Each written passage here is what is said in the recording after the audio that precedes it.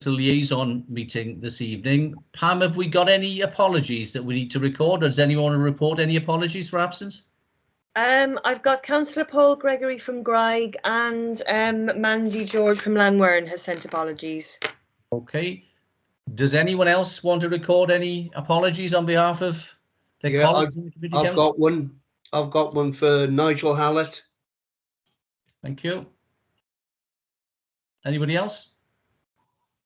No. Okay.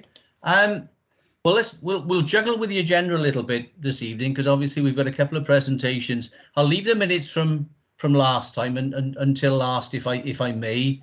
It was mainly just for noting anyway, and some of the substantive issues I think are covered by the presentations listed on the agenda. So if you're happy with that, without any further ado, can we go into item 3 on the agenda, which is a presentation on the review of the local development plan, which was mentioned last time, and I think Matthew is here to present that. I am, yes. Yeah, thanks, Gareth. Yeah. Okay.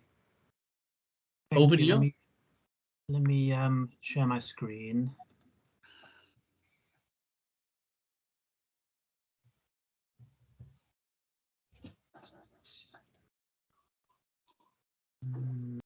Right, are you able to see that? Yeah. Yes, we are. Yeah. So before you start, Matthew, I see there's a raised hand there. Sorry, did anyone want to raise an issue before you start? Or is that an old hand? It's Jeff's, it is. Old hand. Old hand, okay. No problem. Okay. Thanks. Thank you very much, and thanks for inviting us this evening. My name is Matthew Sharp. I'm the Acting Development Services Manager at Newport Council. And my colleague Sam Kremser is also here as well. She is the Senior Planning Policy Officer in the policy team. So you may or may not know that we are actually in the process of creating a replacement local development plan for Newport. So in terms of what a LDP is, it includes allocations for housing, employment, schools, so areas where we're looking to promote growth, but also, as importantly, it also includes the areas where we're looking to protect the countryside and areas of best historical and environmental assets, which we'd be looking to, as I say, protect. So our current LDP covers the planned period 2011 to 2026. It was adopted in January 2015. In terms of the headlines, since the start of the planned period, April 2011, 6,500 new homes have been built. Over 20% of those have been affordable. 94% have been on brownfield land, and it's not just about building homes. So there's 26 hectares of employment land as well, which has come forward. With respect to the reasons to review, the current LDP is over 6 years old. Welsh Government guidance suggests you should review an LDP roughly every 4 years. We did have informal discussions with them at the 4-year mark. It was felt our delivery rates, particularly with regard to housing, were quite successful, so they were happy to give us a bit of grace. But now we're 6 years in, we think it's time, and Welsh Government think it's time as well for a review. Another reason, many of the large housing sites are actually now complete. If you look at the likes of Jubilee Park in Rogerstone, which is almost complete, Montbank is complete. Some of the bigger stuff, the former Betters Comprehensive, all these are big, sort of few hundred houses, which are all complete. So there's an argument that there's a need for more strategic sites to come forward. Also, you may have seen earlier in the year that a Future Wales National Plan was published by the Welsh Government, and this is the highest level of strategic plan in Wales. And in that plan, it identifies Newport and the surrounding area as an area of national growth. So we've got to adhere to that and understand exactly what that means. But that's another reason we need to review the LDP and look for future growth sites. Current LDP expires in 2026. It does take 3.5 to 4 years to complete an LDP, which does sound a long time. So we've got some breathing space, but if we were to delay any further, we will be close to that 2026 date. And finally, in summary, we think reviewing the LDP will help boost economic recovery and also be more intrinsically linked to our well-being plan. So one of the first things that we did was to write this review report, which effectively summarises and goes into more detail. Sorry, with everything I've just gone through, and then we do a delivery agreement, which is a timetable for the delivery of the LDP.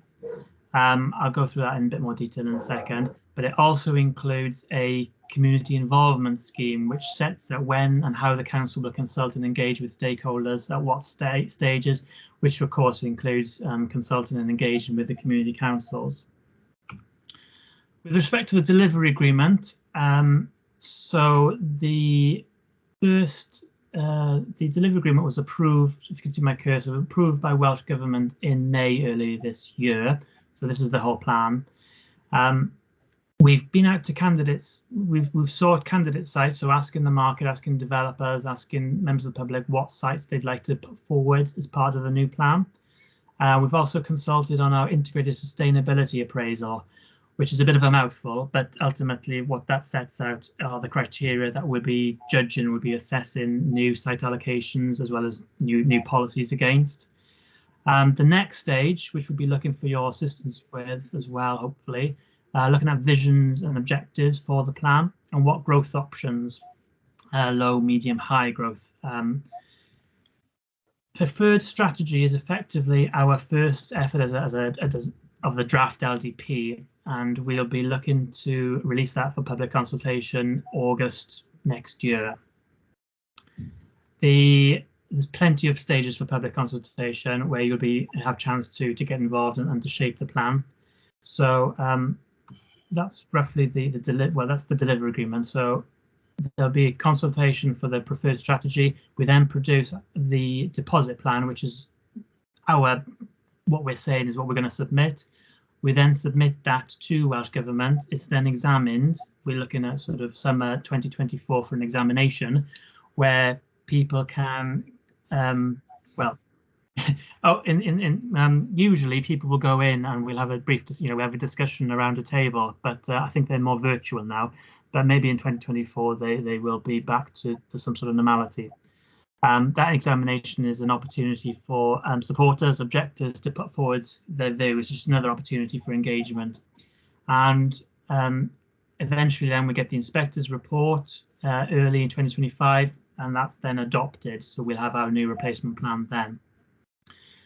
That's pretty much saying the same thing where we are. We're at the orange boxes at the moment. So approving the integrated sustainability appraisal, that's scheduled to go to Cabinet this month, and then we're looking to consult and to engage with you and members of the public on our vision, objectives and options.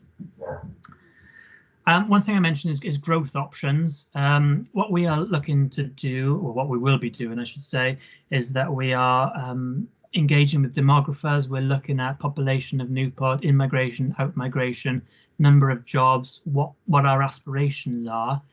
And we're going to have a variety of scenarios to look at various growth options. We're going to consider things like the Severn Bridge toll and other factors such as that. So we'll put forward various scenarios and we'll be sharing those with you and then that will help us then identify what level of growth we hope to achieve in Newport. The current LDP set out a housing target of just over 10,000 new dwellings. So that's just to give you an idea of what the current LDP sets out. Another thing which might be of interest to you is the village boundary assessments, which we'll be doing as well in the near future. Now, when I say village boundaries, the whole of the built-up area of Newport has a boundary around it, and what we're saying is within that urban boundary, there are community facilities, there are decent transport links, and we're saying that development within the urban boundary is deemed acceptable in principle. Any sort of development is acceptable in principle. That similar is true of the villages. So these are the villages which currently have planning boundaries around them. So what we're saying is those villages there, they've got a basic level of transport, key facilities, community facilities, and development within those villages is deemed acceptable in principle. obviously there'll be various other factors that need to be considered, but that's roughly how the plan process works in terms of the LDP. Now, at the start of the current LDP, these villages were removed, so they no longer have a boundary. We're not saying, should be careful just to clarify, we're not saying these aren't villages by any means. I mean, historically, culturally, they are villages, but in planning terms, they don't have a boundary around them. So therefore, what we're saying is these villages have fewer facilities, and therefore consequently they are less sustainable effectively. So we would be reluctant to add further growth to these villages. It's going to be harder for you to put a new house in these villages effectively. That's what we're saying. So that's something that we're going to be doing. We're looking at the boundaries, considering whether they're still relevant. It might be that, you know, a small level of growth might be acceptable, affordable housing. We don't know. That's where we're going to come out and, you know, speak to the community councils to understand what your thoughts are with regard to these village boundaries. And that's, as I said, as covered before. So next stage is preferred strategy consultation, summer next year. That, as I said, is our draft LDP, our first effort at the draft LDP. And as I said, I've gone through those. Public examination in December 2024 and aiming for adoption early 2025. So it does sound, you know, a long process, and it is a long process. But there is a lot of engagement, public consultation, because we want to gather your views and help us shape this replacement LDP. And that's the end of the presentation. I'm happy to take any queries, any questions, if that's the format of the. Yeah. Okay. Yeah. That's that. Thanks for that, Matthew. Any questions for Matthew on the process or what he's presented? Just shout out if I can't see you. No, it's Brian, Gareth. I haven't got a question on the process. I understand the process. My question is on the Wentloog levels side. Does the minister's statement on the protection of the Wentloog levels and the recent decision to reject the solar farm, will that impact on your decisions on the LDP? In summary, yes. That decision now is what we would call a material consideration. So the minister. You'll have seen you know, you're familiar with this. The inspector wrote their report in support of it, but the minister has rejected it, saying that the heritage value of the Gwent levels, in her view, holds more weight. That is that is a material consideration for any sort of further solar farms which are thinking about putting down applications for the Gwent levels. So certainly that is a clear steer from the minister, and that will that's something that we obviously have to consider. Yeah. Okay, thank you. Thanks, Brian. Any other questions? Yeah, can I raise I've one? got a couple. Oh, Jeff, you go first. Okay. Well, beyond the point that Brian has made with regards to the rejection of the planning application for the solar hub, it's pretty apparent to most of us that live within the coastal communities that the Gwent levels really has very little absolute protection. And I'm looking for something within the LDP which preserves the natural state of that environment, albeit that it changes over time. So I'd like you to address that issue, and if you can address the other points that I'm looking to make, perhaps it'll speed the process up. I'm also looking for some clear guidance from the planning department in terms of place plans for communities. Now, I've got a view of what I believe should be sustainable development within areas such as Marshfield and Castleton.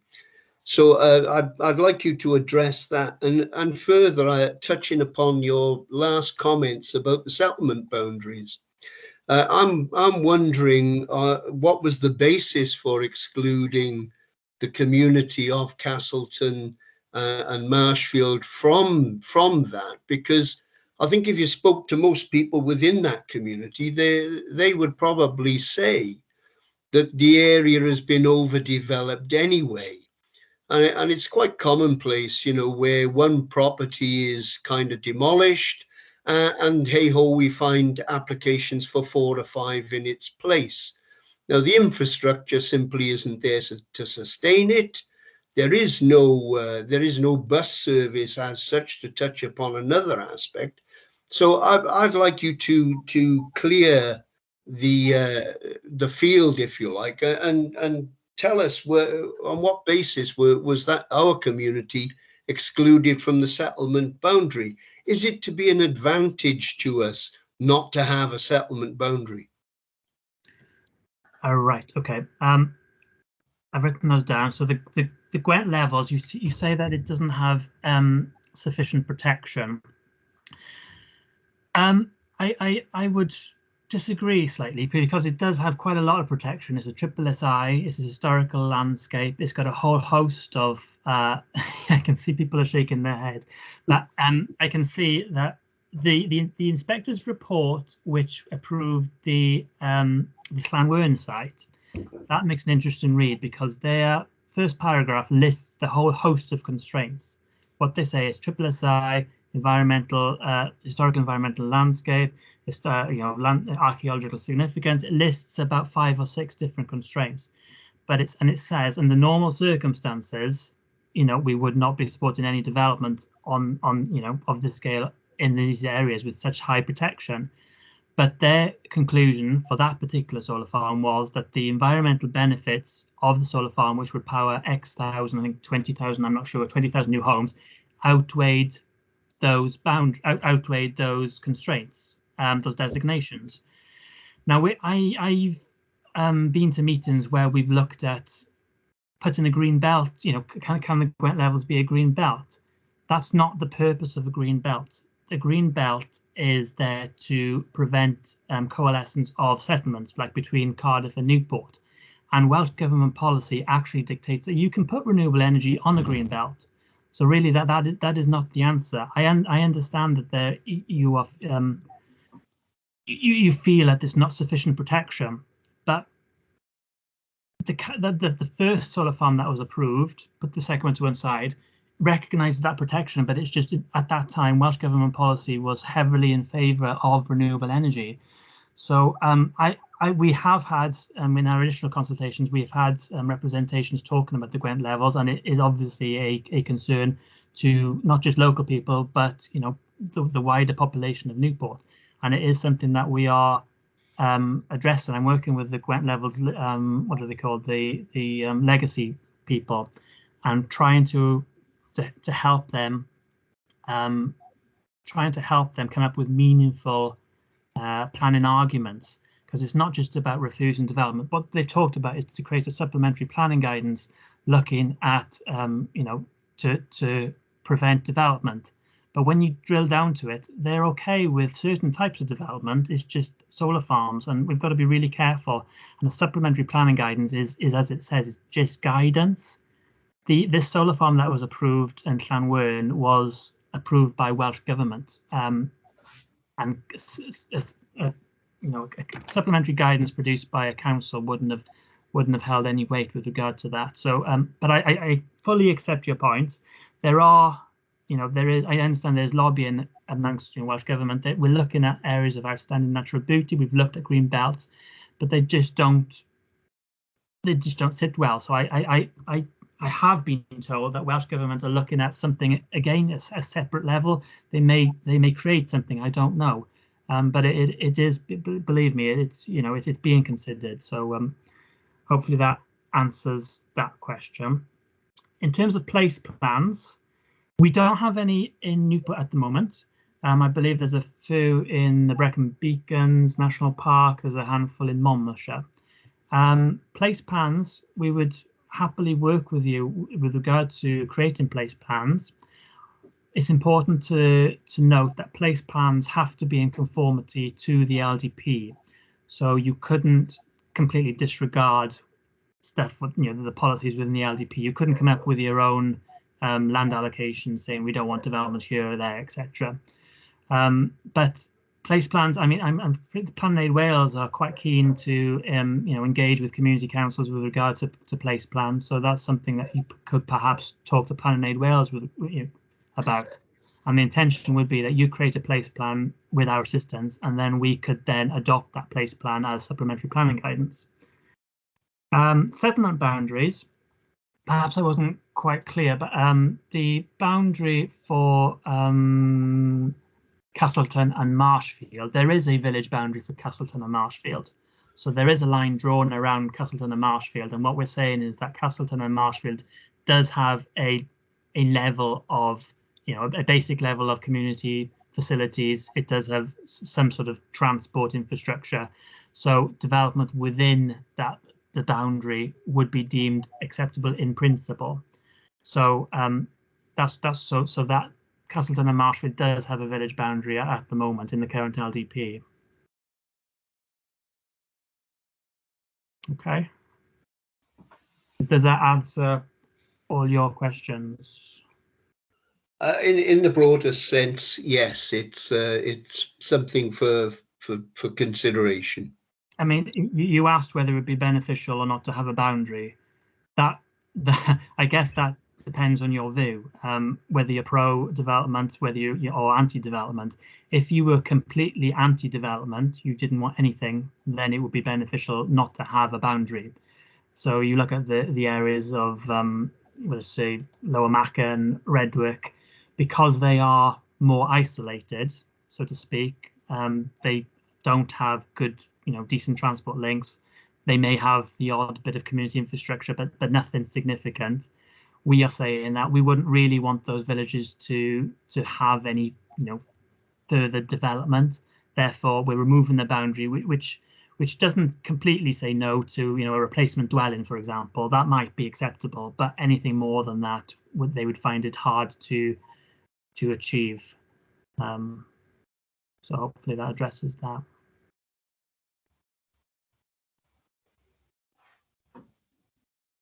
Matthew, can I just raise 2 points, if I may? Okay. I was surprised to see Peterston on the removed from current LDP and St Bride's as one of the villages that will be given a boundary. I mean, we're villages alongside each other. We have very similar structure. We have very limited services. So I wondered why you would include St Bride's. I'm quite happy you've excluded Peterston, but I just wonder why you would include St Bride's. Okay. Well, we did an analysis, effectively looking at what the villages have, looking at how many bus stops they have, what the services are. Do they have a school? Do they have a shop? So we had an assessment with regard to that, and we scored them effectively. So we can share that with you. But this is the type of information that would be useful now going forward, because we'll be doing similar sort of village assessments. If you're saying there's not much difference between St Bride's and Peterston, then yeah, that's something that we need to consider, whether the boundaries are, whether they whether they're correct or whether they need amending, that type of thing. So yeah. Yeah, because I mean, but I kind of fail to see how St Bride's differs, with regard to services, community space. Doesn't, I mean, neither of the villages are blessed. So they practically mirror each other. The only thing I would say in St Bride's is there probably is more business activity, but yeah. And the other. Sorry, I can see Sam's got her hand up, wants to come in on that point. If you can. Yeah. Yeah, no. I don't know whether there's a little bit of confusion. These ones that removed and these ones that the list that Matthew's got, these were from the LDP we've got at the moment. So this was back in 2015 when this one was adopted. These ones were removed. What we're doing at the moment is we're reassessing all of those. So we're assessing the ones that are removed and the ones that are in there. And we'll be coming out to you as part of a village assessment, because you're the ones who know what's in your village at the moment. So we'll be looking at these villages afresh, checking that do they still have shops, do they still have bus routes and things like that. We're doing that as part of Okay. I can hear you, so if you're laughing. But we'll be coming back to you with what we've assessed in these villages and asking you to double check our work. Basically, is there things we have missed, kind of thing, because we you know these areas a lot better than us. And we'll be reassessing these. So these village values will be one of the things we will be reassessing as part of the new plan. So whether some of these need to go back in or whether some of these need to come out, whether some need to be adjusted, that will be something we're doing as part of the replacement plan. Does that make sense? Yeah, it does actually. Yeah, and it's really pleasing to hear. The other thing I was just going to raise was on the national plan. You said that Newport's been earmarked for future growth. I guess that'll be a big challenge for you because within the Newport area, you have a lot of protected, a lot of the area is protected, but is also flood zone. So I guess that the Welsh Government have given you quite a challenge there. Yes, we're aware. You've hit the nail on the head there. A lot of Newport is within flood risk zone, and quite rightly, we are diverting development away from potential flood risk areas. So it's going to be a challenge identifying significant growth sites in Newport to meet that target of a national growth area. Yeah, thank you. Thanks very much. Thank you. Sorry, I'm having terrible connection problems, so I've had to drop in and out of this conversation. Any other questions for Matthew? No, thank you, and thanks for the presentation. Thank you. Okay, in that case, can I thank you, Matthew, for that? And you're free to stay for the rest of the meeting, but we can well understand if you've got better things to do. Yeah, no, I got chips coming, I think, so thank you. Oh, even better. Okay, thanks again, Matthew. Thank you very much. Thank you. Thank you. Thanks, Sam. Bye-bye. Thanks. Bye-bye. I'll just add, if you've got any other questions, feel free to drop us an email at the planning policy team. Always happy to chat with you if you want to chat one-on-one or anything. I'm sure you've got our email address. You can get hold of it, but yeah. Okay. Yeah. If not, then send any messages through Pam and we'll forward them. All right, lovely. Thank you. Thanks both. Bye-bye. Bye. Bye. Right. I hope Matthew stopped sharing his screen. The next item again came up last time to do with litter picking. So Christine is here, the Trade and Enforcement Manager, to just give you a bit of oversight in terms of what the council does in terms of supporting communities with litter picking and to answer any questions that you might have. So do you want to say anything first, Chris, or open it up for questions? I'm quite happy to address the points that were raised within the minutes of the last meeting if you want me to go through those. Yeah. And I can just, I'm happy to take any questions from there then. Okay, I mean, fortunately, I think Yvonne Forsey raised it last time, and I don't think she's on the call this time. Right. But yeah, if you could just go through one of those points that were noted in the minutes from last time and maybe address those, and then we'll open up for questions. Absolutely. I'll go to the second paragraph. It was just the bag collections and a refusal to collect in certain areas. And I think it was raised over a ditch which was alongside a road in the Wentlow Levels area. I remember this one particularly, and I think there was a large amount of tyres that were taken out of the ditch. It's not that we have a reluctance or that we don't want to collect. There is a process in place for collecting, and it's not a statutory duty that we have to collect litter collecting waste. However, we want to support our volunteers and work with our volunteers in the community. So we have to put a process in place, but what we can't do is take everything and everything. And if it falls down to private land, there are processes in place for the land, for enforcement action and working with the landowner to ensure that the waste is cleared from the landowner's site. We do work very closely with Keep Wales Tidy, and I know Matt's here today, so that there is that coordinated process. Following or during COVID, we did realise that a lot of people spent a lot more time out litter picking, and we adapted very quickly to help meet that as best as we could, given the limited resources that we have. And our priority has to be to our frontline service, which was our refuse collection, but we managed to get a process in place to support the volunteers. It is difficult because we do understand for volunteers to identify land types. However, you know, we can assist with that. So what we do ask, if they're unsure, then contact us first, and we'll certainly let you know whether it's something we can support or whether it should go on to contact with the landowner to make sure that they're complying with the requirements that they have. So the ditch that they came out with, it was asked, is the ditch ours? And no, it's not. It is a private ditch. Ultimately, if we are collecting out of private ditches, then the council it's being disposed of as municipal waste. With regards to tyres, we don't have a facility or a licence on site to dispose of those. So ultimately, it's the it's the public then that pays for the disposal of the landowner's tyres via the municipal waste stream of Newport City Council. So that's really where we are with the ditch and the tyres. It was also asked. It was also stated about.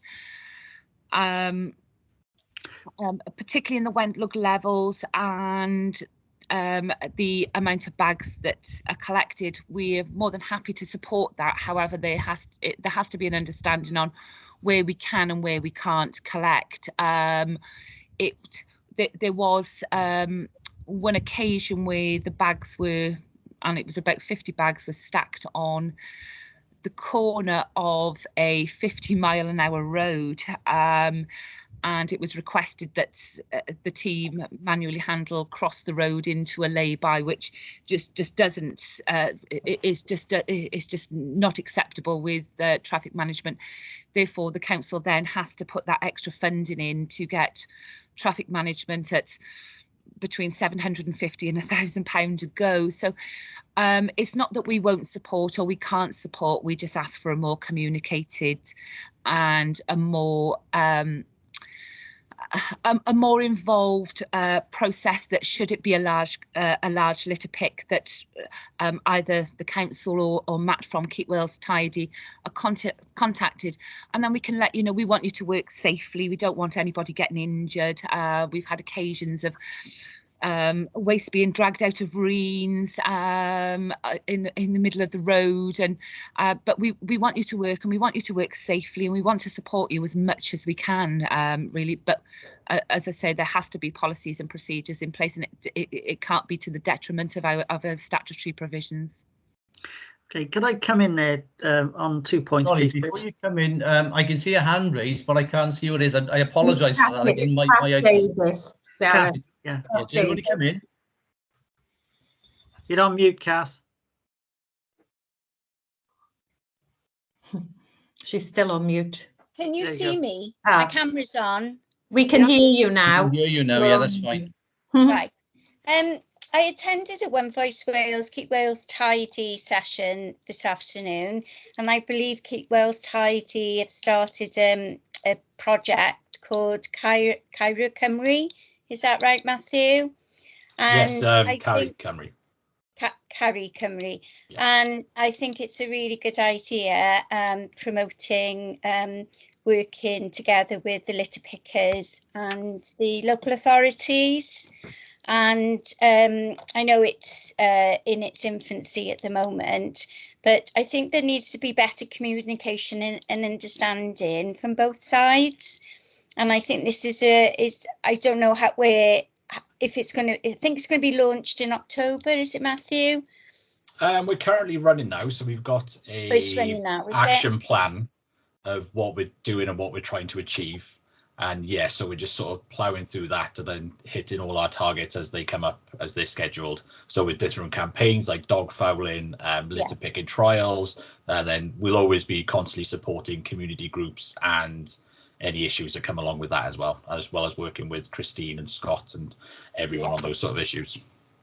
I think it's essential that because there's confusion on both sides, and I know particularly I help Marshfield Magpies, and I know there's been a lot of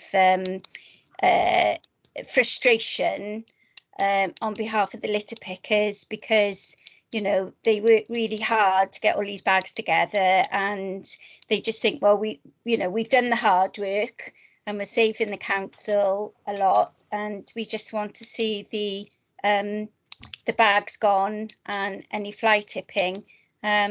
So I just would encourage with Christine, with Keep Wales Tidy, I'd love to be part of some partnership group that works together.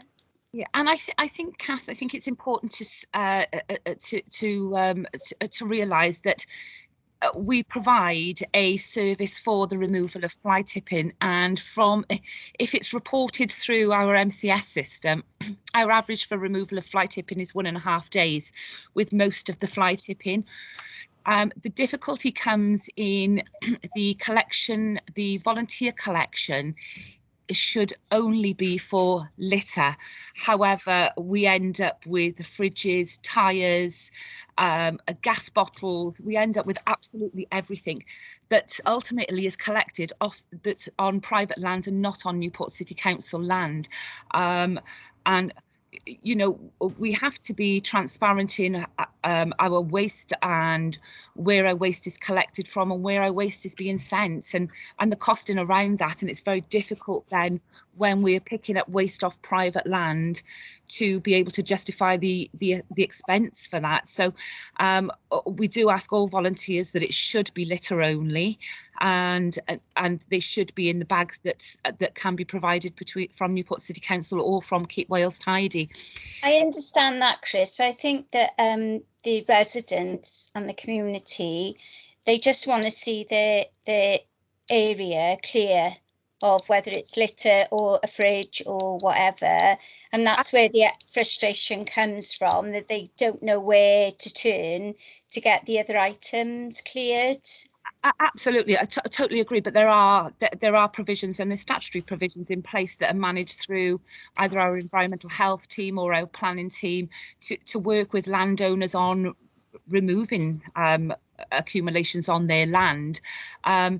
And I know it's difficult for volunteers and community to identify what is council land and what's not, but we do have to manage what we pick up.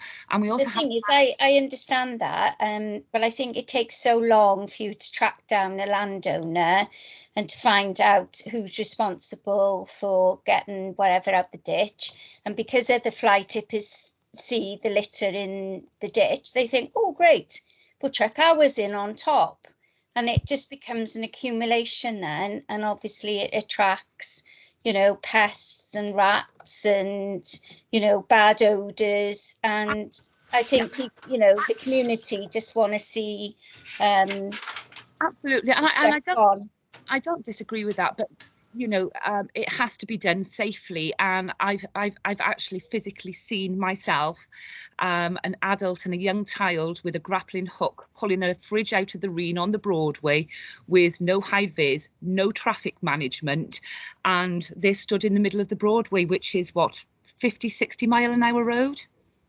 Yeah, I don't know who that is, because with Magpies we all wear high vis, we're all insured, we work through Keep Wales Tidy. Absolutely, but I'm sure Matt will agree with me. You're not insured to work on a 60 mile an hour road.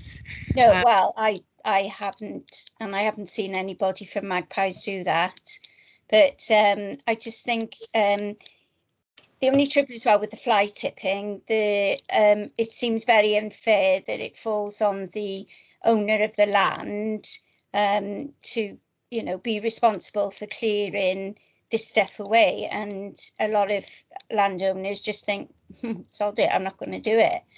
And that's why it stays there. And I think we need a more joined up process where we all work together, and then this, oh no, oh, the council won't pick up, or the litter pickers aren't doing this properly. I think if we could work something out with Keep Wales Tidy, I think it would, like this project, I think that'd be the way forward. Absolutely, and we're currently looking at working with NRW and the Internal Drainage Board on how we can better manage the reens in the area, so we can get a better response and a better. Well, we do work with Pam Jordan, and I mean, Pam is amazing. You've only got to drop Pam a text. She's there. She's putting a camera in the hedge. She's putting a sign up. You know, the fly tipping Wales sign, and that does really help, especially where those tyres were. That has stopped that particular, but I think she did put a camera in the hedge there. So I mean, that's almost immediate action we get from Pam.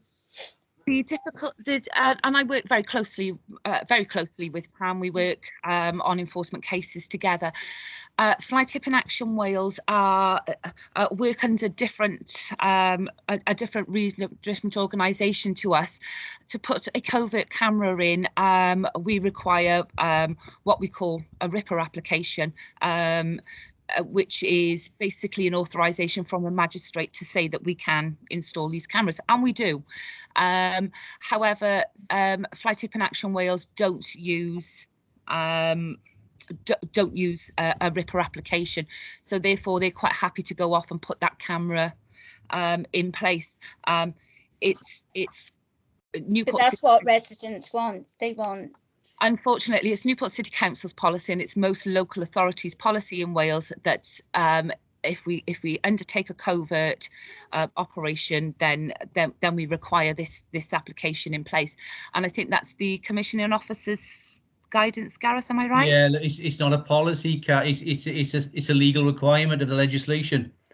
Councils and police have to get RIPPER authorisation for any covert surveillance, so it's not a matter of choice. And because this involves the detection of criminal offences in terms of fly tipping, we have to get a RIPPER authorisation from the magistrates. It has to be deemed to be necessary and proportionate in terms of interference with people's human rights. So it's not a matter of policy or choice, it's a legal requirement. Yeah. So how do Tipping Action Wales get round that then? That they're not caught by the Regulation of Investigatory Powers Act. For why? Because they're not a legal enforcement agency. The police and the council, because they're legal enforcement agencies, it's a bit like criminal evidence. There are certain procedures we have to go through to collect that evidence. So we're caught by the requirements of the Act. Other external agencies are not. It's as simple as that, I'm afraid. Sorry, this is sort of a two-way conversation at the moment. Does anyone else want to come in on the same point? Matthew, did you want to say anything about the Equals Tidy scheme? Yeah. So our Carry Cymru scheme is basically trying to improve local environmental quality issues by promoting group activities and doing a number of sort of like different trials and campaigns. So we'll be doing a dog fouling campaign soon. Next year will then be fly tipping. And then we've got another of local trials, so we can build a library of what works in sort of areas. So, for instance, as you say, with Lighthouse Road and all that sort of stuff with the fly tipping, that might be a trial somewhere up in like Rhondda, which we can take their learnings and pass it over to this place. We're going to be starting up an Adopt a Highway scheme. So we're still working through the health and safety part of that. So whether it would be would it have to have a pavement so people can operate safely next to it, or would it be able to work on these country roads and what other best practices and stuff along those lines? So that's the project in a nutshell, which is a 2-year funded project. We've done a sort of development phase, now we're doing the implement phase. And so yeah, for one of the trials that we're doing at the moment is a house of multiple occupancy in Pilgwenny. Scott, the waste manager, is putting in taking away the normal domestic bins and replacing it with a nice housing and a Euro bin to reduce excess bags of waste and stuff along those lines. And we're just monitoring the difference and improving bin infrastructure, so extra bins and all that sort of stuff. So yeah, so it's just a sort of a very organic project of trying to find trials, find best ways of working, and then apply those best ways of working to certain areas. But every area is different, so it can be quite challenging. Okay, thanks. So yeah. So Brian, I think you indicated earlier, and I'll Jerry later. Yeah, Firstly, the tipping on private land. There is a national panel run by Fly Tipping Action Wales, which I'm a part of, which is looking at this, and it involves, the panel consists of farmers, National Rail, the Electricity Board, all those people that suffer with this problem. And the general feeling is that the waste comes off the highway. So the landowners are saying, why should we pay for waste that comes off the highway? And it is being looked at, and I will keep you in the loop, Chris, as this conversation progresses. You know, we feel that this should be addressed on a government scale because it's a national problem. But I will keep people informed on that. A couple of other points. I've looked at some of the deeds on properties down here where the waste has gone into the reens, and the owners of the land only own to the midpoint of the reen. They don't own the whole reen. So it's again establishing who owns the half of the reen that connects to the highway, because especially when you got the highway literally within a foot or two of the bank and then it drops into the reen, is that then deemed as highway land or is it deemed as no man's land? It's very difficult for us. The other thing is this area is desperate for a proper survey with the groups involved and the individuals involved in litter picking. For the Peterston area, the bulk of our litter is on the common. There's very little of it comes out of the private because they won't travel that far across the grass to tip it in the field. They'll just leave it on the common. But what we don't have down here is we don't have payments other than in the centres of the villages. And we are surrounded by 50 and 60 mile an hour roads. Now, to keep our community clean, so and look after the people that we've been elected to look after, we have to, well, I feel we have a duty to help clean those areas up.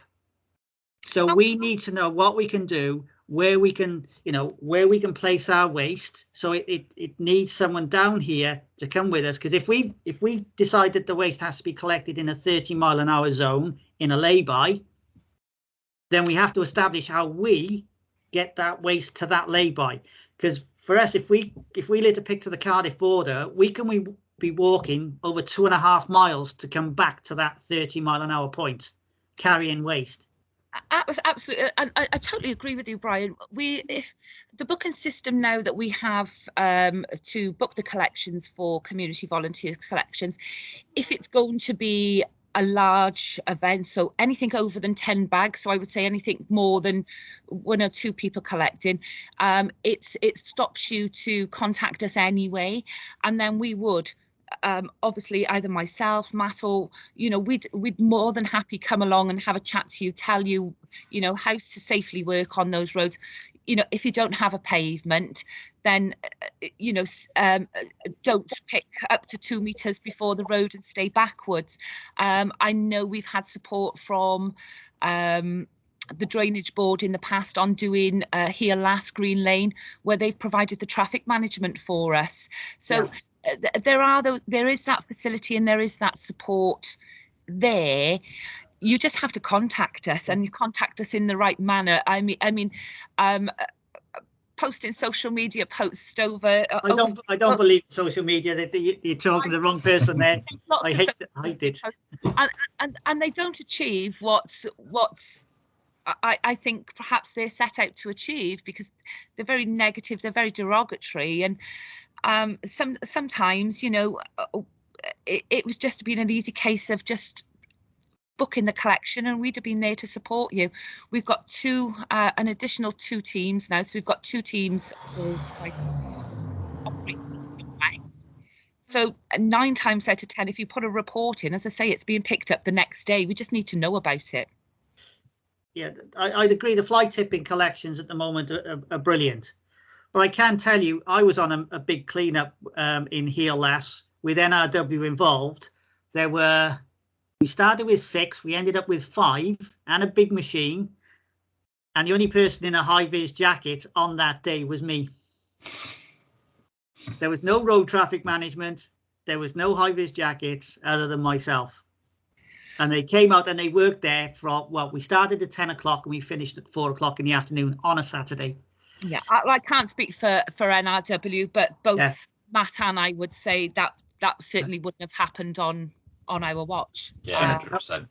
Yeah, now I went into that one as a volunteer to let you know, Chris, after it was all arranged, and the person that arranged it was trying to get Newport's support, and they were given a flat no. The waste was actually transported up into St Helens Business Park, and Cardiff collected it for us. Yeah, And they were willing to come out and collect it. And I mean, everything that we had. We're talking of sofas, mattresses, drums of oil, tires, wheels. Cardiff collected the whole lot. You know, because it's waste in here. What we're looking for as a group, and I think Cass will agree here, we're looking for a solution to deal with the waste. Now, if we don't collect within 2 meters of the road, then the question is going to be asked by the residents down here. Well, who is going to clean up that 2 meters? Yeah, I think there's two different issues here, Brian. You know, are we talking about volunteer litter collections, or are we talking about volunteers collections that are collecting fly tipping? Well, the thing is that the litter, when you're collecting litter, especially on the common and along some of the lanes, you'll be picking the litter, and then the bushes are just awash with waste, where it's coming off the road and just being thrown into the bushes. And the people out there volunteering want to make a difference and want that waste cleared. So we need some help and some guidance to resolve the whole situation.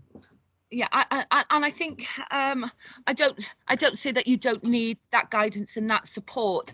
However, what I do think you're asking for, again, for Newport Council to therefore take waste and any type of waste, regardless of whoever's land it's on, and you know, that's not sustainable in any format. I don't think any of us go into land. We do on occasions, and I did it in Green Lane. Well, I've done it twice in Green Lane over the years. We do pull out to the Reens because, again, we want to stop the pollution in the Reens. So it's just, if someone could organise for the agencies to come together, yourself, NRW, Keep Wales Tidy, and we decide who can do what to resolve the situation. Because if we're saying we can't pick up certain types of waste, then that's just going to sit there. Yeah, but I'm not saying that waste has to stay there. Our response time for responding to fly tipping is excellent. As I say, it's 1.5 days, and you know, you said yourself it's very good. So, I mean, I suggest while you're out litter picking, if there is fly tipping, bang it straight through, and you know, chances are we'll be there the next day. What we can't do is remove waste fly tipping from private land. Yeah. You know, as I say, Brian, right, sorry, I've got 3 other people who've indicated. I think I think you've made your point very well. I think Chris has answered that. So can we let the other people have a chance first, and then if necessary, we'll come back to it. So I think Jerry first, followed by Kath. Jeff, I think. Jeff, sorry, yeah. I can't see the names. Okay, no problem. Well, I'm entirely sympathetic to the problems that the local authority has in terms of you know, both litter and fly tipping.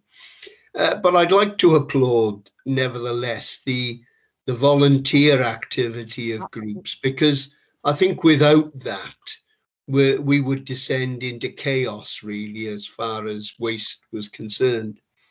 But I'm interested in the fact that due to COVID, a booking system has been arranged for the visits to the municipal tip.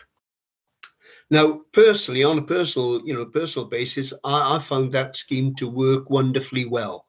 It's alleviated a lot of waste of time, you know, queuing traffic, so on and so forth. So, on experience, I'm in favour of that. But I understand, you know, for every upside, there's a downside. So I'm wondering whether any actual analysis has taken place since the introduction of the tip booking scheme versus the incidence of fly tipping, because I think, you know, they are unfortunately mutually complementary. So I'd like, an analysis to be done of that for, for the community councils to see, because I think in most cases we would probably acknowledge that we in coastal communities suffer the brunt of it.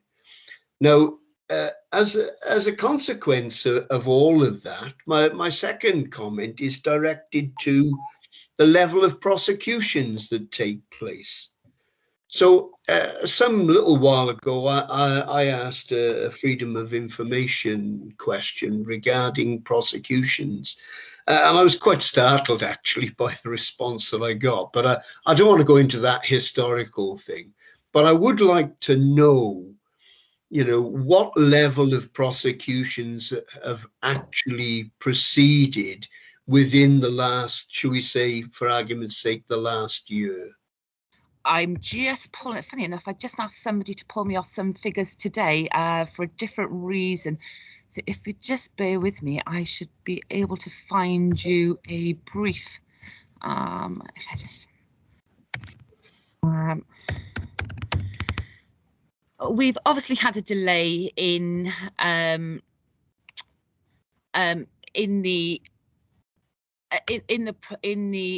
the ports due to COVID. That's delayed a little bit, but we do have a fair few in course at the moment. So from September 2020 to September 2021, we've got 25, 40. I'm just doing a quick calculation now. We've issued over 70 fixed penalty notices for various waste offences. 3, 4, 5, 6, 7, 10, 11, 12, 14. And we've got about 20 prosecutions at various stages for the last 12 months. And some of those are low level. Some of them are quite higher level, and we've also taken or seized 2 vehicles this year as well. So it's not that we're not doing it, we are doing it. It just takes a little bit of time. Okay, thanks for that. Do you want to come back on the first point, Chris, about the booking system for the... Yeah, absolutely. And I can't give you a definitive answer on whether fly tipping has increased or decreased since the booking system, but we can certainly take note of that and, certainly have that information ready for you at the next meeting. Okay, thanks. Kath, I think you were next.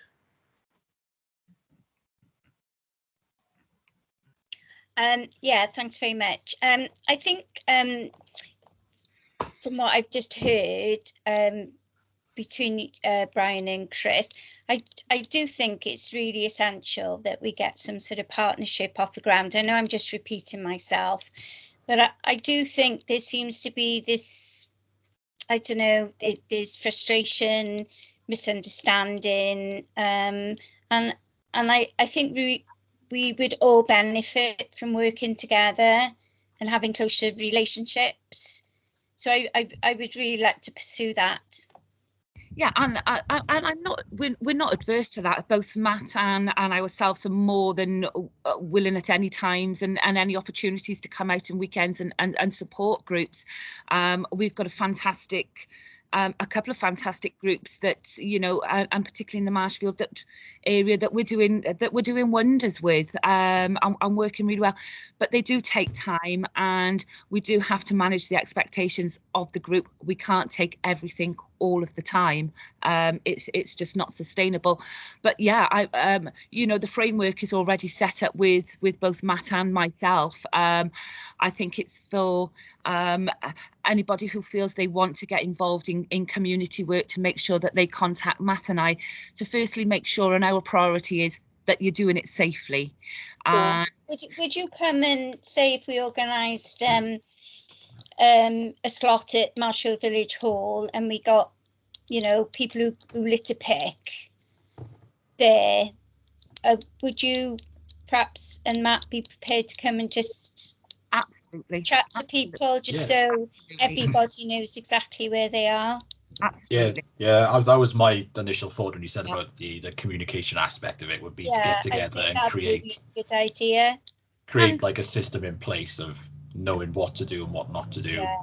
Or perhaps we And- could have a joint one with Luke. What do you think, Ry? Yeah, definitely. Absolutely. You know, save you doing two or whatever. If we all, you know, went to the one, because you know, when Luke and Marshfield, we work in partnership a lot, and I think it really benefits the whole community. Absolutely. And I think very quickly during COVID that we realised that more people were out litter picking, and we didn't want to discourage that, which is why we very quickly put in place this online booking and reporting system. It was very quickly put in place. It is there. The information is out on our website. You know, I would certainly welcome you to look at the information and what we have on our website, and you know, certainly provide any feedback or any comments that you have on that. You know, it covers everything from operating safely to what you can and can't collect, how to report things that are not perhaps within the council remit, and where to get extra support from. So, you know, I would certainly welcome you to have a look at our website and our booking Yeah, system. do that. And please provide any feedback that you have on that.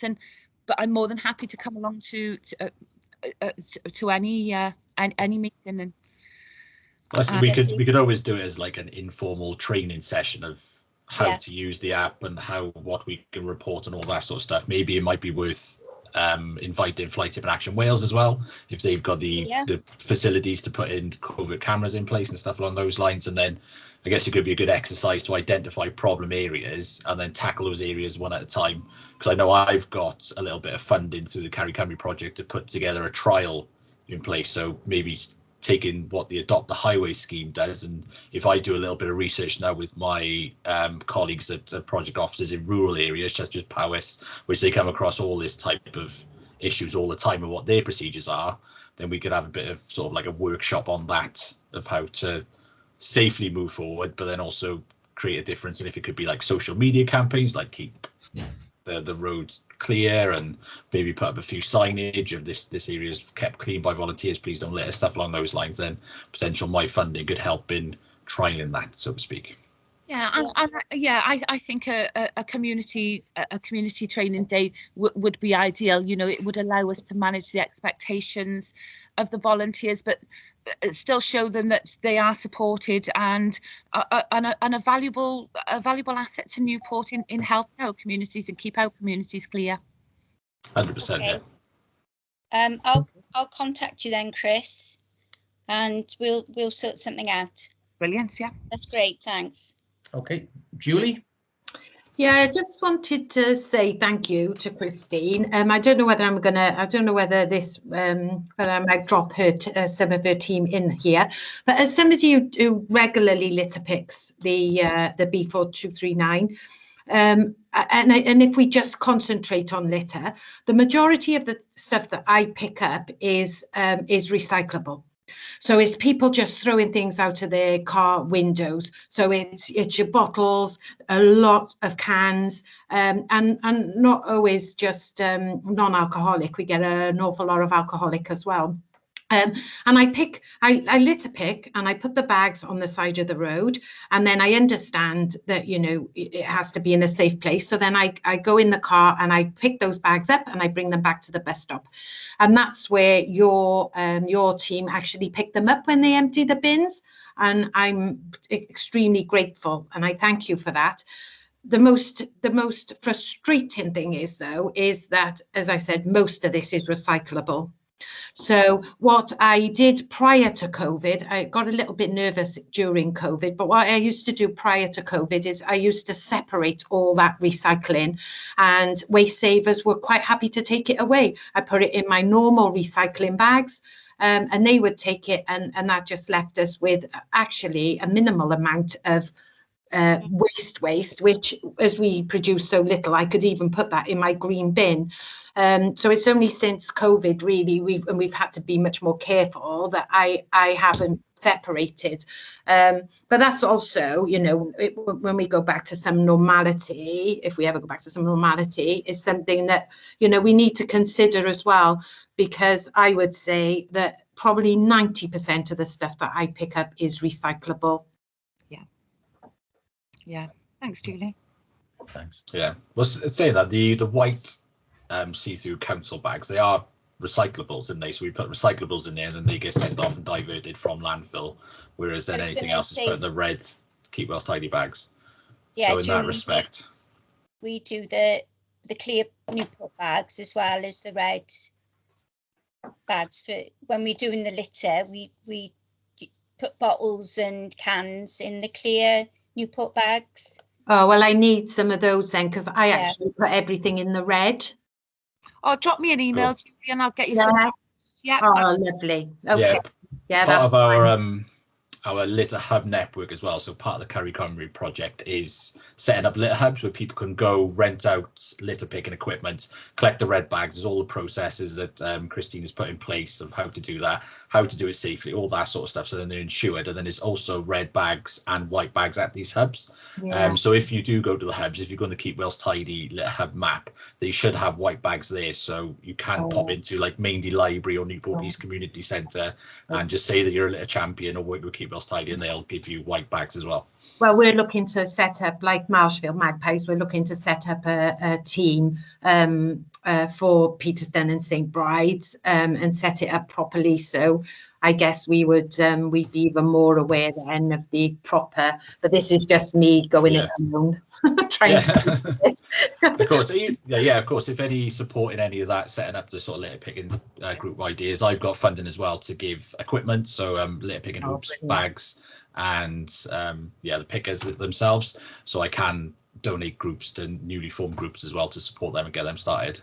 Lovely. So feel free to. Pickers sounds good to me. That sounds very good, very catchy. So make a note of that and come back. Thank you. Okay, any more questions or comments on this topic? I think we've given it a pretty good airing. We have. And it sounds like there's a way forward in terms of that community training day. Yeah. If you liaise with Chris over that, we can sort that out. Is that okay? Yeah. Perfect. Okay, in that case, Chris, Matthew, thank you for attending. It's been a really useful item. Thank you. Thank you. Thanks very much. Yeah, thanks. Good night. Yes, thank you both. Good night. Thank Bye. Bye. Bye. Right, moving on quickly then. The next two items on the agenda are at the request of Wentlug, I think, Pam. They are indeed. Space protection orders, and then we've got general communication. Yeah, that's So Brian will enlighten us. Right. It's the enlightening I want on public space protection orders, because I've had a few conversations with the police now that say they have applications in for these orders for certain areas, and I don't know what they are. So that's the question. What are they? How long do they Right, take? public space protection orders. They're a general means of dealing with low-level antisocial behaviour. Okay. They were brought into effect a few years ago. Now we've got a few in operation in Newport. The biggest one obviously is the city centre public space protection order, which has been going for about 6 years, I think, and it's out for renewal now. There's a public consultation that I think that's just been concluded on renewing it for a further 3 years, and there are various provisions in that, various control measures, largely initiated by the police. So it's things like drinking in public, littering, dog fouling, and there are various other controls in there in terms of general antisocial behaviour. So there's one for the city centre. I know there's one down in Pill that has just been renewed with similar provisions. And we've got a couple of PSBOs that cover gating of alleyways where they're associated with antisocial behaviour. In the old days, we used to just make gating orders for them. Yeah. Now those gating orders have gone and they're replaced with these public space protection orders. So we can use them to actually gate off alleyways and other lanes where they're causing antisocial behaviour. And the other thing where public space protection orders are used now is for dog control. So we're out for consultation at the moment with some new dog control measures. So they're looking at a composite of PSPO covering dog control measures across the whole of the city. So previously we used to have some bylaws in parks and cemeteries, other controls in terms of banning dogs altogether from children's play areas and certain sensitive areas. So all of those will now be consolidated into a single public space protection order in relation to dog control. Okay. But these orders are now a sort of an all-encompassing way, if you like, of dealing with antisocial behaviour, giving the police and the wardens more powers to deal with it at a lower level, if you like, in terms of issuing fixed penalty notices, rather than dealing with it as more general criminal behaviour. But there are lots of things you could include within what they call a public space protection order. Okay, how long do they usually take to be processed? Well, by law we have to go for public consultation, and we can't just do them because there's public support for them. The police have to demonstrate that there's a problem. They have to show that there's a problem with a particular type of antisocial behaviour in an area, and that these orders are the most proportionate way of dealing with that problem. Yeah. So there's a statutory process that we have to go through, part of which is that public consultation exercise. But yeah, it's not a wish list for the police. You know, with the city centre in Pill, they had to demonstrate the numbers of complaints, the number of offences that were taking place in those areas, and tried to explain why they needed these additional powers. So it's not automatic. There's a process we have to go through to make these orders. If the police have evidence of a particular problem, then we normally take this to scrutiny committee and then for public consultation. They can be made in a matter of 3-4 months. Because the police are telling us evidence in the beginning that there's a problem. Yeah, the police are telling us they've got applications in, one in particular that the issue's getting worse, and they're saying they're still waiting for it to be processed, and it's been in for many months. No, there's no application process, Brian. They need to liaise with us and demonstrate there's a problem. Are you able to tell me what area it covers? It's drag racing. Right, there's no application before the council on that. There was an issue historically out in Spitty, but that goes back 12-18 months. Yeah. There were concerns that whether such a public space protection order was needed, because of course the police have got powers under the Road Traffic Act to deal with these sort of offences anyway. Yeah, and that's one of the tests for these things. It's a bit like the old bylaws. If there are general powers to deal with it, then you don't need additional powers in a PSPO. So I know the issue was raised at Spitty probably 12-18 months ago, but we've heard nothing since. Yeah, they've moved. So there is no application before the council for a PSPO because we've never been presented with evidence of a problem that would require additional powers to control the vehicles. Okay, well, the drag racing's moved. It's at Coed Kernew now. The police are involved. They're not carrying out any prosecutions that we're aware of. But the last meeting I had with them, they told us they'd put a PSPO in.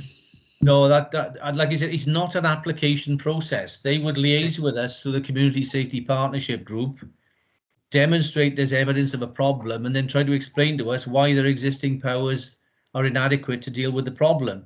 Now, if we've got all that in place, then we can go through the process of considering a PSPO. That's great. I can take that back to the police. Yeah, but I mean, in fairness to the police, in the last 12-18 months, certainly during lockdown, we've not been in a position to proceed with many of these because the bigger PSPOs, the city centre one, the Pill one, the dog control one, they were all up for renewal. All of the time has been taken at the moment in dealing with those 3 public space protection orders. So, we've not been in a position to consider any further applications. But like I said, I'm not aware of any specific request from the police for a PSPO to deal with car cruising or any other offences down in that area. Okay, I can go back to them. That's fantastic. Thank you, Gareth. No problem. As you're talking about this issue, it's become ridiculous, the car racing at Celtic Way in Coedcernu, and under any other business. I was going to bring up what measures could be put in place by the highways department, because when we had a police surgery, they just say we haven't the resources to deal with this car racing. Although I've given them dash cam where there's about 50 cars, there's maybe 100 people, there's children there. They're parking both sides on one lane of the dual carriageway, and if a car racing went into the barrier where they're all stood, there'd just be carnage. And for the people who live in Church Crescent, Coedcernu, it must be absolutely horrific. Every Sunday night there's this issue, and the police are just saying they can't do anything about it. There's no resources, so it's a highways issue. You have to get speed bumps in there. You have to have traffic narrowing. That's the only way forward. So they suggested that we contact the highways department, but they've got the video footage, or the dash cam. And I don't understand why number plates can't be taken and letters sent warning people that they have to stay away.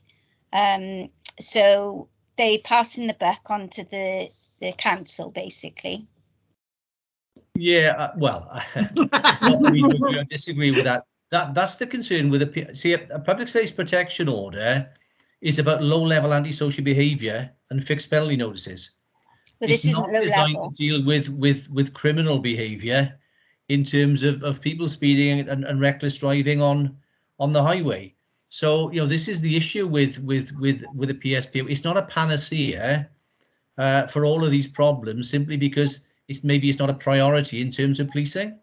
So I think that's the caveat with that. In terms of highways and traffic calming measures or parking restrictions, I mean they could look at that. But like I said, it is not a means of dealing with reckless driving. I mean, normally they look at traffic calming in areas outside schools and so on, where you need to restrict speed limits and so on. So there are some roads that those sorts of measures are simply not appropriate for. But from what you say, it is a police matter. I think it's in a terms police of reckless matter. use of the highway and dangerous driving, it's a police matter, and they already have powers to deal with that. It may not be a priority for them, but the answer probably is not for highways to put some speed bumps in, or possibly even a public space protection order, because all that does, it makes it a sort of fairly low level antisocial behaviour issue, a bit like littering or other measures such as that. So but by all means, if you want to make a request of the highway section, they could look at it, but I don't think that's the answer. I don't either. No, I think it's a police matter. They're saying they're being played, but that's something we can deal with down here. But thank you for that, Gareth. That's very enlightening. Yeah, no problem. If that's all on public space protection orders, general communication then. Yeah. Again, this goes back to the call centre. It's getting more frustrating. One, they don't come back to us, and secondly, there's difficulty finding help. I'll give you an example. A missed waste collection for the village, so not one or two houses. The village was missed. I wanted to speak to someone to get this sorted out. The operator that took the call said, well, the thing is, you've just got to leave them out for another 48 hours. I said, we're 72 hours late anyway. What I need is information as, is it going to be collected or not? Is there anyone I can speak to, or can you find out? Because I'm having complaints of waste on the road. His answer to me was, no, there's no one you can speak to. No one can will contact you. And secondly, if the householders are unhappy about their waste, they can take it to the recycling centre. I said, so if I arrange for all the waste to be collected by a waste company, or by a lorry, could I take it to the recycling centre? And the response was, no, every household would have to make a booking. So every household would have to make a 20-mile round trip to tip their waste. All that could have been avoided if someone would speak to me and say, you're not going to get a collection this week because we know there's an issue with waste collection at the moment with driver issues and the like. I could have gone out to the community and said, we're not going to get a collection. Can you pull your waste back in where it's not in the middle of the road and it's not going to be torn up by the wildlife, and it would have been sorted. But it's not the only instance. This is not unusual. And we'd like to get a process where there's two-way contact and we can get to information sources or to help sources. Right. I mean, it's not. I don't think it's something you can answer. I mean, it's really how helpful the contact centre are in terms of these requests.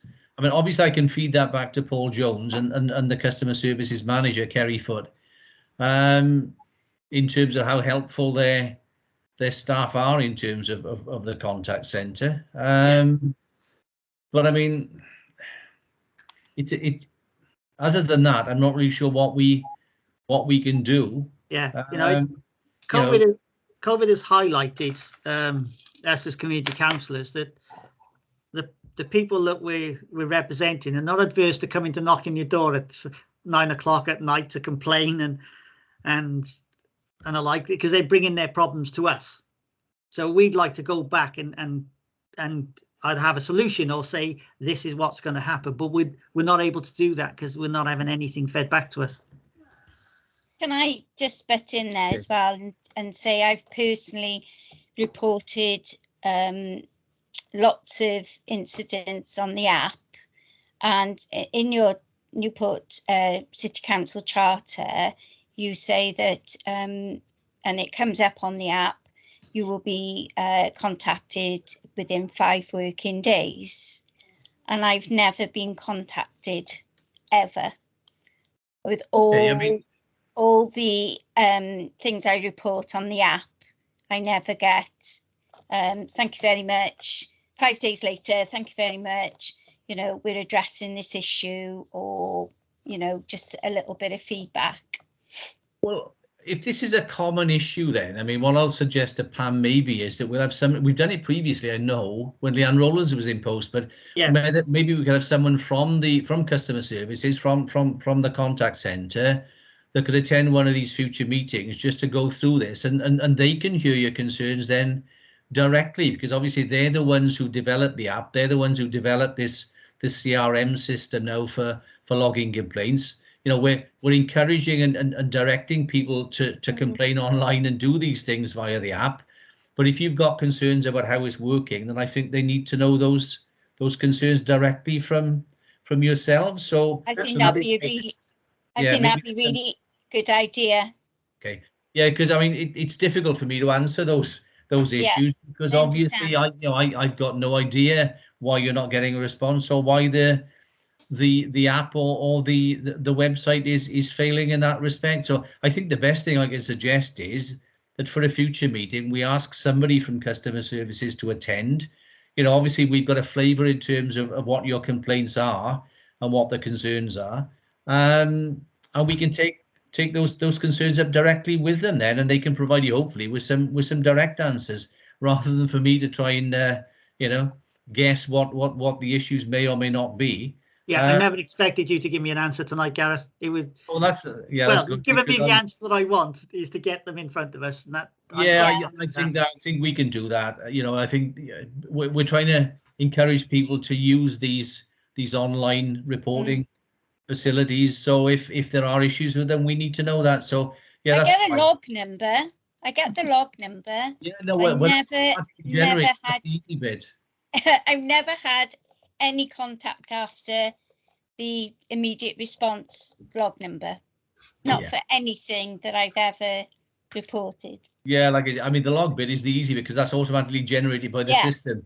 It's the human touch then in terms of the follow-up, I think, that you need. So yeah, look, the best thing we can do is get somebody here from the contact centre, the customer services manager.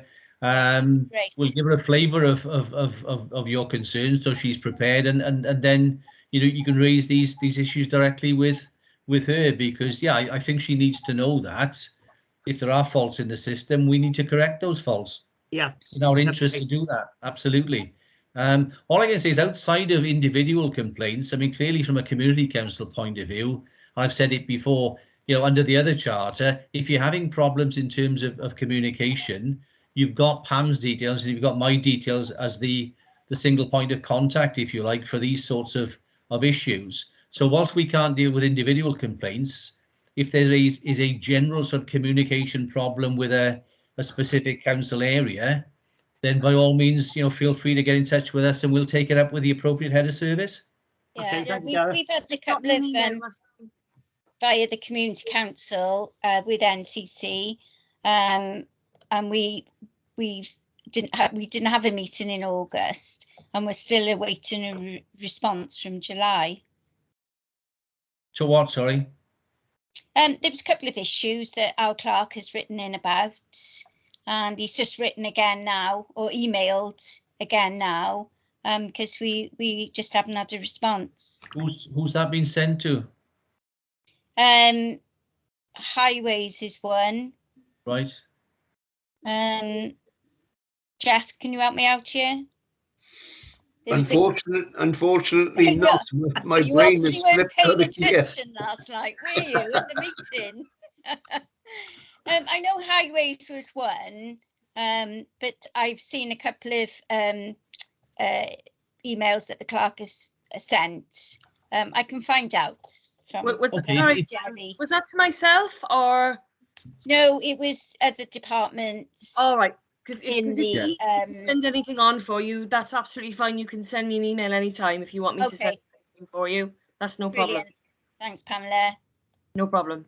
Yeah, like I said, I mean, if it's about a general problem with communication, by all means, contact Pam and myself. I mean, clearly, you know, we can't deal with specific complaints. You're better off addressing those to the service area. But if you're not getting a response, then let us know and we'll sort something out for you. Thank you. Is that okay? Yeah, brilliant. Thanks. Could I just come in for a second, Gareth? Yeah, of course.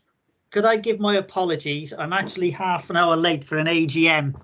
And as I know, I've covered the 2 points that I put on the agenda. Could I give my apologies and leave to go to the other meeting? Of course you can, Brian. Thanks for attending. Okay. Yes, Cheers. thank you very much. Bye-bye. Good night, all. Bye. See you, Brian. Bye. Mhm. Right. Gareth? Yeah. Adrian Edwards from Langston. Hello. How are you? Very good. I know I'm down as Heather Jones. Oh, that's what confused me. Could I just ask one question, just for clarity? Do you have an officer directory for clerks? The answer probably isn't. We probably don't have one in terms of contact, because we tend not to publish that anymore because people are encouraged to go through the city contact centre number. So I know there's an intranet internally for people's numbers, but that's only for internal consumption, because we actually don't encourage people to dial people directly. I wasn't thinking so much about dialing, I was thinking about emails. Right. As somebody new coming into the Newport structure, to try and find my way around to find out who's who and who deals with what has been horrendous. And I don't want to be sending you emails all the time, because you've got. If we've got some general information we've got there about council services, the sort of thing we give to new councillors. Yeah. That we could let you have. Yeah, it's a bit of a mystery to most of us in terms of what people do, and there's another restructure going on at the moment, so services could move around and be realigned anyway. So we might have to revise that. But yeah, we'll see if we can find something. There isn't a directory, unfortunately, that we can give you in terms of contact names and numbers, but there may be something that we can direct you to in terms of who does what. And yeah, in terms of email addresses, I know for city services, for example, have got a number of generic email addresses, but because everything is channeled through the contact centre at the moment, it's a bit difficult then to give you individual contact details within particular service areas. But we'll see what we can do for you. Okay, thank you very much. Thank you. No problem. If that's the case, was there any other business? Because I won't go back to the minutes of last time unless someone's got any glaring errors or omissions that they want to correct. I suggest we don't go through those page by page. But in terms of any other business now, is there anything anyone wants to raise? I will just raise, we spoke last time about some issues around enforcement in the area, but we've set up a meeting with Matthew and Neil Gunther that we're going to have some time in October. So that sort of clarifies that part of the minutes. Good. Okay. Thank you. Jeff? Gareth, yeah, just one thing for me. And I don't expect you to respond to it, but it's a highways issue. So really, it's kind of notice, if you like. I'd like us to give some consideration to the condition of the A48 from the LG plant to the border boundary with Cardiff. And in particular, what I'm looking for is to see whether there are any impending plans for improvements to that stretch of road, particularly through the Castleton dual carriageway. Okay, well, we'll make a note of that and we'll pass that on to city services. If we get any written information, we can just send that back directly to you. I know obviously there are lots of things going on in terms of highway schemes and developments as part of the the metro schemes and other things with Cardiff Capital Region. So we'll send that to Steve Davis in highways, and we'll let you have a written response on that if that's okay, Jeff. Yeah, that's fine. Thanks very much. No problem at all. Okay. Anyone else wants to raise? No, thank you. No, everyone happy? Yeah, very. Excellent. Yes, thank you. And thank you for your time. It was a very good meeting. Thank you. Good. Yeah, I'm sorry about the technical problems earlier. I can see most of you now, so I don't know what's happened there. Reduction in numbers. Thanks. Yeah. Yeah. So the next meeting, as you'll see, is in December. So yeah. we'll see you all then. Thank you very much. Thanks, Gareth. Thank you, Thanks, Gareth. everybody. Thank you. Thanks. Bye. Bye.